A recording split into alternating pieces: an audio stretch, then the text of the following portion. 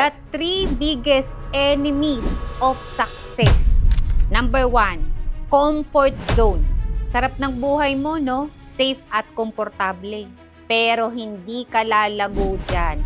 Kung walang challenges sa'yo, mai-stuck ka na lang dyan at hindi ka magle-level up. Tandaan mo, ang success nasa labas siya ng comfort zone. Harapin mo lahat ng takot, risk, at discomfort para umusad. Number 2, helplessness. Hindi ko na kaya, wala na akong magawa. May magagawa ka. Huwag kang pa-victim. Pinipigilan mo lang ang sarili mo na humanap ng solusyon. Imbis na tulungan mo yung sarili mo, asa ka kasi ng asa sa iba. Wala kang aasahan. Sarili mo lang. Number 3, gusto laging instant. Ayaw mo maghirap. Gusto mo madali. Pero ang gusto mong resulta ng nahirapan.